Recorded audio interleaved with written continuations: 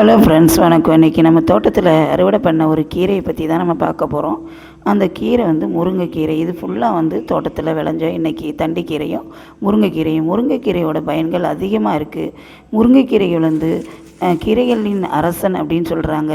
அது பெயருக்கு ஏற்றாப்புல தான். எல்லா கீரையுமே நம்ம குழந்தைகளுக்கும் பெரியவங்களுக்கும் வாரத்துக்கு 3 முறை கொடுக்கணும். ஆனால் கீரைகள்லேயே அதிகமான சத்து முருங்கைக்கீரை மட்டும்தான். அந்த முருங்கைக்கீரையில் நம்ம அவ்வளவு இரும்பு சத்துக்கள் இருக்குது. Vitamin A and C and phosphorus, potassium எல்லாமே இருக்குது. உடம்புக்கு உள்ள ஆரோக்கியம் அவ்வளவு அதிகமாக இருக்குது. இதை ஒரு கட்டு கீரையை நல்லா ஆஞ்சு இப்படி தண்ணி ஊற்றி நல்லா பாயில் பண்ணிவிட்டு இஞ்சி பூண்டு பேஸ்ட்டு, சின்ன வெங்காயம் இல்லாட்டி பெரிய வெங்காயம், பச்சை மிளகா, வெள்ளைப்பொடி, தக்காளி, ஒரு தக்காளியை நறுக்கி போட்டுறணும்.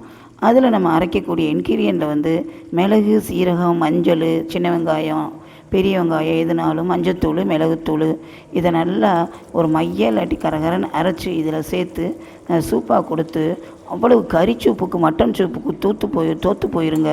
அவ்வளவு டேஸ்ட்டாக இருக்குங்க.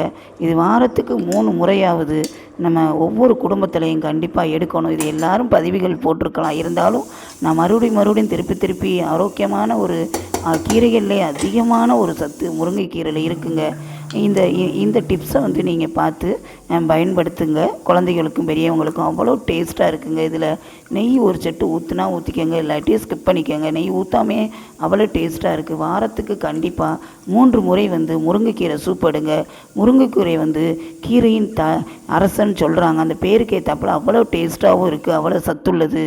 அவ்வளவு சத்துக்கள் அப்படி நம்ம எடுத்துக்கிட்டோம்னா பொட்டாசியம், பாஸ்பரஸ், ஏபிசி அவ்வளவு சத்துக்கள் முருங்கைக்கீரையில் இருக்குங்க. இந்த பதிவு உங்களுக்கு பிடிச்சிருந்துச்சுன்னா லைக் பண்ணுங்கள், ப்ளீஸ் கமெண்ட் பண்ணுங்கள், ப்ளீஸ் சப்ஸ்கிரைப் பண்ணுங்கள். அதனால் முருங்கைக்கீரை இப்போயே ஒரு கட்டை வாங்கி உடனே பகல் நேரத்தில் கொடுங்க. சூப்பாக செஞ்சு ஈவினிங் டயத்தில் பிள்ளைங்க வரவும் அவ்வளோ ஆரோக்கியமானது, பெயின்லெஸ்ஸு. இந்த பதிவு உங்களுக்கு பிடிச்சிருந்துச்சுன்னா லைக் பண்ணுங்கள், ப்ளீஸ் சப்ஸ்கிரைப் பண்ணுங்கள்.